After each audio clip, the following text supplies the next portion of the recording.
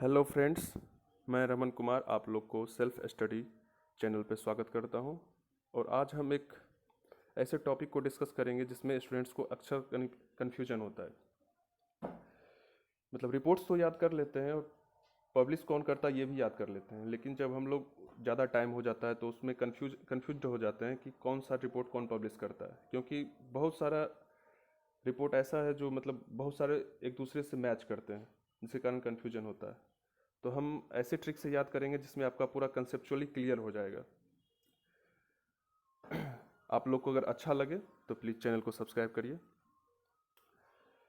सबसे पहले आते हैं हम लोग वर्ल्ड बैंक पे। तो world bank mainly 4 report publish करती है: ease of doing business, global monitoring index, global economic prospect and global poverty index. तो इसको हम लोग ट्रिक के माध्यम से कैसे याद करेंगे? We easily monitors economic prospect and poverty. इसको हम लोग 4-5 बार रिपीट करेंगे। We easily monitors economic prospect and poverty, we easily monitor economic prospect and poverty. और यहाँ से हमको एक क्लू मिलेगा। WB से, वी से हम लोग याद रखेंगे world bank. Easily, ease of doing business, monitor, global monitoring index, economy prospect से याद रखेंगे इकोनॉमिक प्रोस्पेक्ट, एंड पॉवर्टी से हम लोग पॉवर्टी इंडेक्स। तो ये हमारा क्लियर हो गया। अब दूसरे रिपोर्ट पे आते हैं, UNDP। UNDP mainly 3 report publish करती है: human development index, gender inequality index and multi dimensional poverty index. तो इसको हम लोग कैसे याद रखेंगे?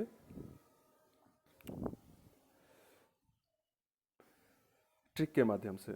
जो हम लोग जनरली जो आसपास में देखते हैं या रिपोर्ट्स में भी सुनते हैं या न्यूज़ में भी देखते हैं कि due to gender inequality and multi dimensional poverty humans are under develop.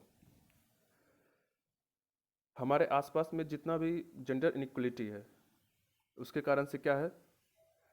हमारी इनकम कम है, फैमिली की इनकम कम है, कंट्री की इनकम कम है, जिसके कारण से हम लोग अंडर डेवलप रह गए। तो इसी को हमने एक ट्रिक बनाया है: due to gender inequality and multi dimensional poverty humans are under develop. यहाँ से आपको क्लू मिल जाएगा UNDP का जेंडर इनक्वलिटी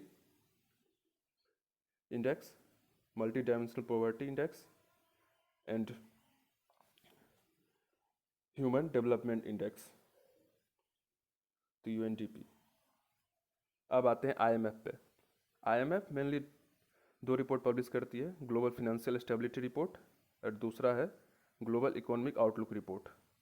तो इसको एक ट्रिक से याद करेंगे: I am financially stable from outlook. मतलब हम फिनेंशियली स्टेबल हैं लेकिन बाहर से देखने से। क्या कोई भी फिनेंशियली स्ट्रॉन्ग कब लगता है? उसके पहनावे से ही, उसके बॉडी जेस्चर से, उसके वेयरिंग, हाउ दे वेयर। तो इसको हम लोग ट्रिक से याद किए हैं: I am financially stable from outlook.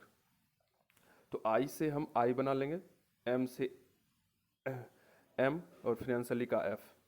तो IMF हो गया।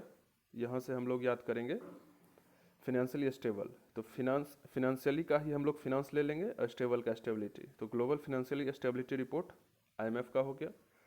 फिर हम यहीं से आउटलुक से लेंगे फिनेंशियली स्टेबल कब होगा? जब उसका इकोनॉमी अच्छा हो, पैसा उसके पास हो। तो ग्लोबल इकोनॉमिक आउटलुक, ये भी IMF। तो यहाँ से आप लोग एक ट्रिक के माध्यम से याद कर सकते हैं: I am financially stable from outlook. अब हम लोग आते हैं WEF यानी world economic forum. Global competitive index और ट्रैवल टूरिज्म इंडेक्स, ये 2 report world economic forum publish करती है। तो इसको हम लोग ट्रिक के माध्यम से कैसे याद रखेंगे? We faced competition in tourism. आजकल ग्लोबलाइजेशन के ज़माने में इतना ज़्यादा कंपटीशन बढ़ गया है हर एरिया में, उसी तरह से टूरिज्म में भी बढ़ गया है। सारे कंट्री अपने अपने टूरिज्म को बढ़ावा देना चाहते हैं। तो उसी को हम एक ट्रिक के माध्यम से याद रखेंगे माइंड में: we faced competition in tourism. तो वी से हम लोग याद रखेंगे वर्ल्ड इकोनॉमिक, WEF का आ गया WE और हम F खुद से जोड़ देंगे।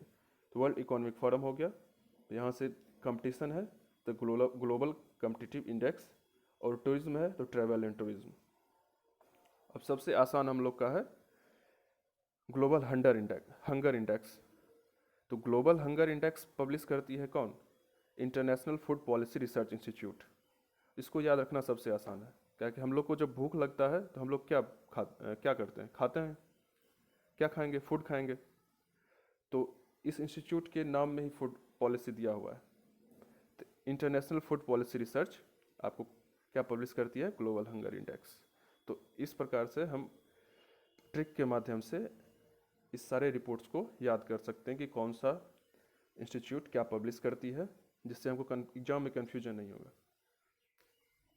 तो इसको आप 2-3 बार रिवाइज कर लीजिए और 1-2 बार लिखने का प्रैक्टिस करिए, जिससे आपको 100% ये विजुअलाइज हो जाएगा, पूरा कंसेप्चुअली क्लियर हो जाएगा।